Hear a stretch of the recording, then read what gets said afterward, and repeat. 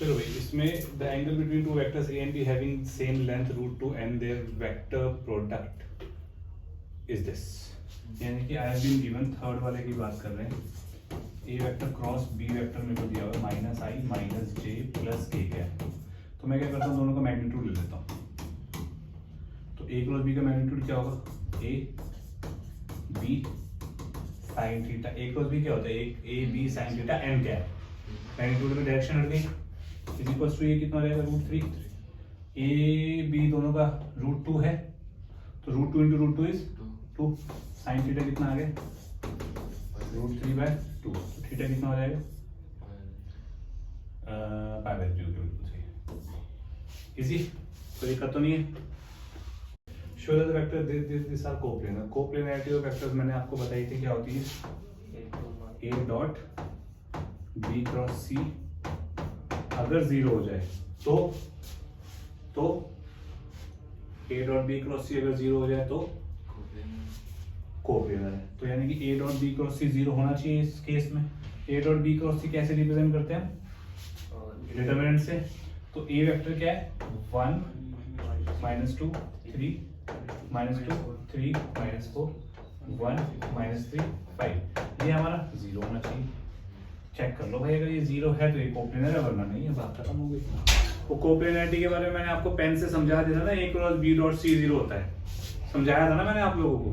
कोई प्रॉब्लम है किसी को, पक्का इतना लिखो। फिफ्थ क्वेश्चन में एक ए वेक्टर ले लो, एक्स आई कैप प्लस वाई जे कैप प्लस जेड, ठीक है। ए क्रॉस आई क्या बनेगा, इसके साथ आई क्रॉस होगा। ए क्रॉस आई का मतलब हो गया क्रॉस आई, हाँ कि ना। तो ए क्रॉस आई बनेगा, I cross I is zero, J cross I is तो minus Y K cap, K cross I is तो प्लस जेड जे कैप, हाँ कि ना। तो ए क्रॉस आई मेरे पास आ गया, इसका स्क्वायर का मतलब क्या होता है, मैग्नीट्यूड का स्क्वायर। इसके मैग्नीट्यूड का स्क्वायर कितना होगा, कितना बनेगा, Y square plus Z square, root हट जाएगा ना स्क्वायर, ठीक है। ऐसे ए क्रॉस जे क्या बनेगा भाई, देख रहे ए क्रॉस आई में एक्स नहीं आएगा, तो ए क्रॉस जे में वाई नहीं आएगा, तो क्या बनेगा x square plus Z square. ऐसे ही क्या बनेगा, x square plus y square. तो टोटल ये जो बनेगा, ये बनेगा twice of x square plus y square plus Z square. कितना बन गया, ये क्या है, a square 2 a square. Clear. If A and B are unit vector, then the angle between A and B, so that this is a unit vector.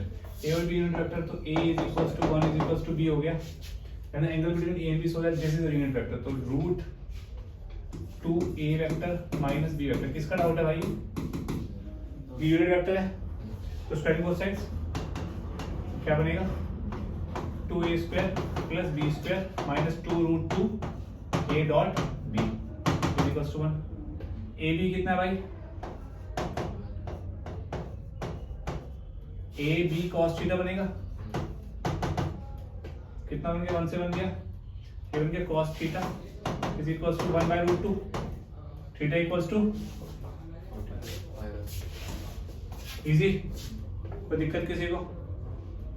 A B C, then the value of vector P which is perpendicular to both A and B and P dot C is this. अभी पूरा solve तो मैं करूंगा नहीं, ध्यान से सुनना। कोई भी वेक्टर जो दो वेक्टर के परपेंडिकुलर हो तो वो उसके क्रॉस प्रोडक्ट के पैरेलल होगा। क्रॉस प्रोडक्ट क्या देता है, क्रॉस प्रोडक्ट देता है दो वेक्टर्स जिनका क्रॉस प्रोडक्ट हो रहा है, एक वेक्टर उन दोनों के परपेंडिकुलर वेक्टर देता है, ये देता है। तो यानी कि the value of p such that value of p vector which is perpendicular to both A and b, a और बी के परपेंडिकुलर है, तो वो ए क्रॉस बी वेक्टर एक ए और बी के परपेंडिकुलर होता है। अब P vector A cross B होगा ये जरूरी नहीं है, लेकिन A क्रॉस B के पैरेलल होगा। तो मैं कह सकता हूँ 7th में P vector is K times A vector cross B vector. A vector cross B vector निकाल लोगे I J K की टर्म्स में, K से मल्टीप्लाई कर दोगे तो K is the only variable you need to find. अब हमें दूसरी सिचुएशन क्या दी हुई है, P dot C is 18, C तुम्हें पता है कितना है, तो K P जो है K A cross B dot C, P dot C is equal to 18, यही दिया हुआ है। तो ये चीज तुम डिटर्मिनेंट से नहीं बना सकते सीधा। A cross B dot C is the determinant ना, वी अपने कलर कोऑर्डिनेटिव वाली चीज। तो ABC डालता है 1 4 2 1 4 2 3 minus 2 7 3 minus 2 7 2 minus 1 4 2 minus 1 4 k times equals to 18 के यहाँ से आ जाएगा, सॉल्व करोगे तो इजी ओवर। लिखना है a unit vector perpendicular to the plane ABC where the position of A, B, C are this respectively। Okay इसकी बात हमने करी थी। ABC पॉइंट्स दिए हैं तो वेक्टर्स निकल जाएंगे। ये A पॉइंट है, ये B पॉइंट है, ये C पॉइंट है। B वेक्टर BC वेक्टर निकल गया। तो हमें क्या निकालना है, BA vector cross BC vector, ये परपेंडिकुलर होगा। इसका यूनिट वेक्टर निकालना तो divided by BA cross BC vector का मैग्नीट्यूड। अब प्रॉब्लम ये है भाई, BA BC में क्रॉस करूंगा तो ऊपर भी आ सकता है, BC BA करूंगा तो इसीलिए मैंने वहां पे स्टार मार्क करके तुम्हें लगवाया था। प्लस माइनस दोनों वेक्टर, दोनों यूनिट वेक्टर ऐसे होंगे जो उस प्लेन के परपेंडिकुलर होंगे। यूनिट है तो डिवाइड कर दिया मैंने मैग्नीट्यूड से। क्लियर है, कर लोगे ना। BA वेक्टर कैसे निकलता है, A position of A minus position of B हो जाएगा। अब 11 the value of k such that the vector R is at right angle to each of the vectors this and this है। ओह तो घुमा के बोला भाई, क्या मतलब है इसका, घुमा के दिया हुआ वो क्लोज टू ये तीनों के परपेंडिकुलर है यार। हाँ तो प्लेन के वाले कोई दो एक दूसरे के वो ये R वेक्टर है, ये वेक्टर तीन वेक्टर के परपेंडिकुलर है, तो वो तीन वेक्टर कोप्लेनर है। तीन वेक्टर कोप्लेनर है तो इसका मतलब 11th में क्या हो गया, k 1 3 2 1 minus k minus 2 k 3 का determinant A dot B cross C is 0। Logic समझ गए ना, घुमा के कोप्लेनर सीधा नहीं बोला इसने इस बारी। ठीक है जी, यस क्लियर है। 14th A and B, ये भी मैंने क्लास में कराया, मेरे को ध्यान आ रहा है। चलो A and B are two unit vectors, theta is the angle between them and the value of this। 14th में A cap minus B cap divided by 2 का मैग्नीट्यूड is equals to, इसका स्क्वायर कर दे, क्या बनेगा, A का square plus B का square, cap नहीं लगा रहा मैं यहाँ पे, लगा दो यार, minus 2 A cap dot B cap divided by 4। कोई दिक्कत, दिस इज 2 1 प्लस 1 2 कॉमन लिया 1 minus AB 1 1 cos theta by 4। कोई दिक्कत, सोच लो। 2 1 माइनस cos थीटा को मैं क्या लिख सकता हूँ, 2 sin square correct, 2 sin square theta by 2 half angle formula divided by 4 ले, स्क्वायर रूट लूंगा दोनों तरफ तो sin थीटा बाय 2 बचा चल। क्लियर, अब वेक्टर है AB और AC रिप्रेजेंट कर रहे हैं, AB AC। ठीक है, मेरे को median, length of the median through A निकालना है। तो ये वाला जो वेक्टर होगा AB vector, AB vector median है तो हाफ ऑफ रेशियो में डिवाइड करेगी, 1:1 में करेगी। तो AD वेक्टर क्या होगा, AB vector plus AC vector divide by 2, section formula. तो AB vector plus AC vector by 2 आ गया, उसका मैग्नीट्यूड निकाल ले, हो जाएगा। वो याद है ना, मैंने सेक्शन फॉर्मूला पढ़ाया था C वाला, वो वही तो है बस सारा का सारा। If A and B denote the position vector of the points A, B respectively and C is a point on AB such that AC is to C, B then the position vector of C किस तरह हो चलेगा, section formula बच्चे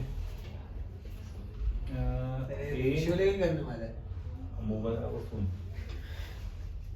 C is the point on AB, C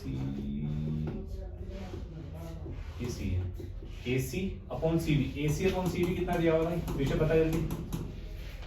2:1, तो this is 2:1। इसका position vector कितना है?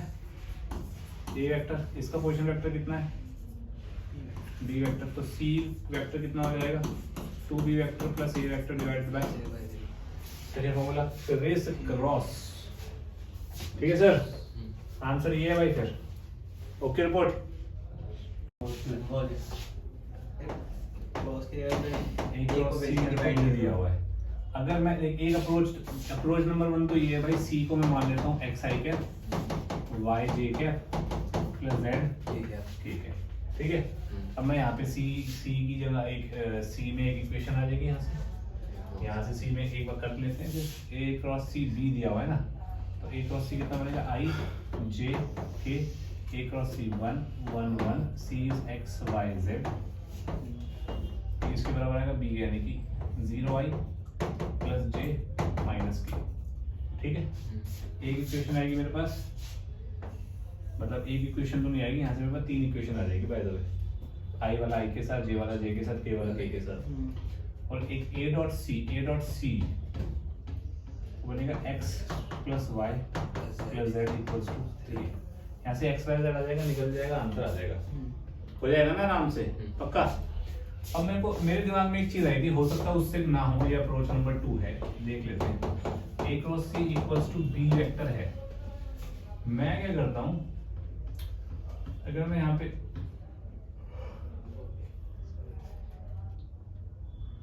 तूने एसटी भी पढ़ा है?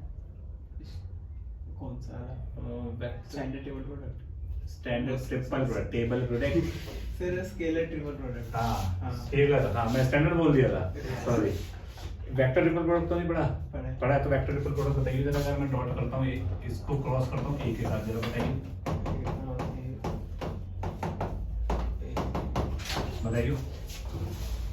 बताइए जल्दी बता, जल्दी। अब मैं निकल A dot C A vector minus A dot ए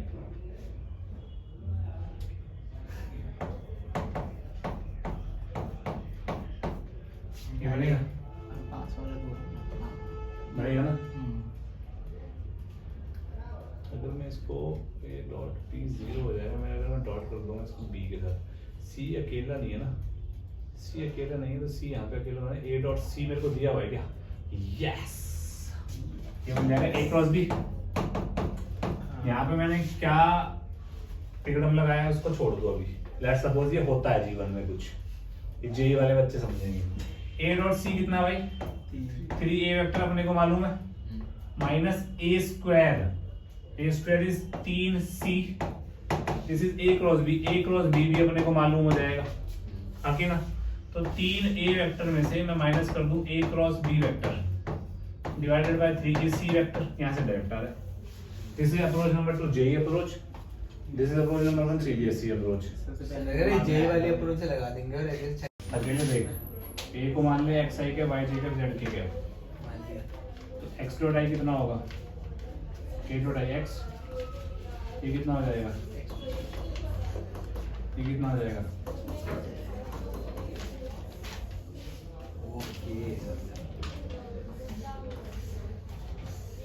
तीन को सॉल्व कर ले, आंसर आ जाएगा।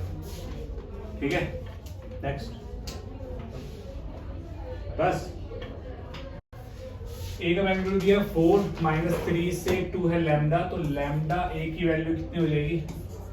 लैम्डा ए वेक्टर की रेंज कितनी हो जाएगी? ए को मैं मल्टीप्लाई कर दूंगा तो 8 से -12 तक मैग्नीट्यूड लिया हुआ है, तो लैम्डा ए वेक्टर का मैग्नीट्यूड कहां से कहां तक आ जाएगा? 12, 0 से 12 तक।